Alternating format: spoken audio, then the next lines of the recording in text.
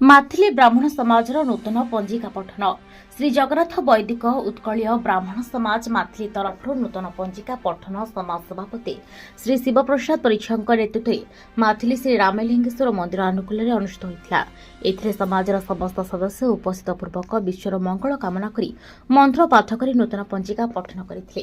ସମାଜର ବରିଷ୍ଠ ଉପଦେଷ୍ଟା ଶ୍ରୀ ଶିବାଞ୍ଚଳ ପାତ୍ର ଓ ବସନ୍ତ କୁମାର ପଣ୍ଡାଙ୍କ ତତ୍ତ୍ୱାବଧାନରେ ସମ୍ପାଦକ ଶ୍ରୀ ପ୍ରଶାନ୍ତ କୁମାର ପାତ୍ର ଚଳିତ ବର୍ଷର ଶୁଭ ପଢ଼ି ବୁଝାଇଥିଲେ। ପର୍ବପର୍ବାଣୀ ପାଳନ ଗ୍ରହ ଚଳନ ବିଶ୍ୱର ତଥା ଭାରତବର୍ଷ ଏବଂ ଓଡ଼ିଶାର ଚଳିତ ବର୍ଷର ଫଳାଫଳ ଉପରେ ଆଲୋଚନା କରାଯାଇଥିଲା।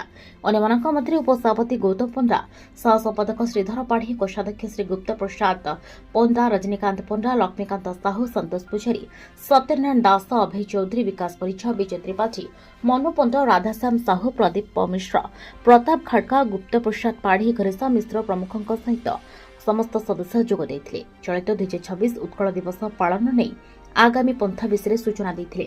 ମାଥିଲିରୁ ଶିବପ୍ରସାଦ ପରିଚ୍ଛାଙ୍କ ରିପୋର୍ଟ, ଆଦର୍ଶ ନ୍ୟୁଜ୍। विशेष करी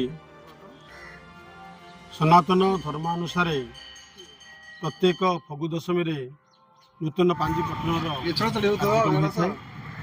यही अवसर में गतकाली जेहेतु चंद्रग्रहण प्रभाव होता आज माथिली पंचायत ब्राह्मण समाज द्वारा ये आदर्श पांजी पठन कार्यक्रम आयोजित होता पवित्र राम मंदिर परिसर में नूतन पांजीर आधार, नूतन पांजीर दिग्दर्शन, नूतन पांजीर व्यवहार इत्यादि विषय पुखार भोग आलोचना होता। यह सहित समाजर समस्त व्यक्ति को ये पांजी पठन सहित पांजी को व्यवहार कर सूत्र बता याद्वारा समस्त उपकृत हो पारे।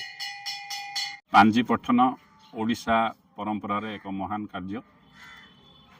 देवदेव महादेव पार्वती मध्य जो कथोपकथन तार मूल जिनस पांजी लिपिबद्ध हो रही। पांजी केवल ज्योतिष शास्त्र कथा नुहे, आम संस्कृति, आम ऐतिह्य परंपरार एक वार्ताबह, ज्ञानर गंताघर। यह आधार करी आम ओडिशा रे विभिन्न कार्यक्रम आयोजन करा जाय थाए।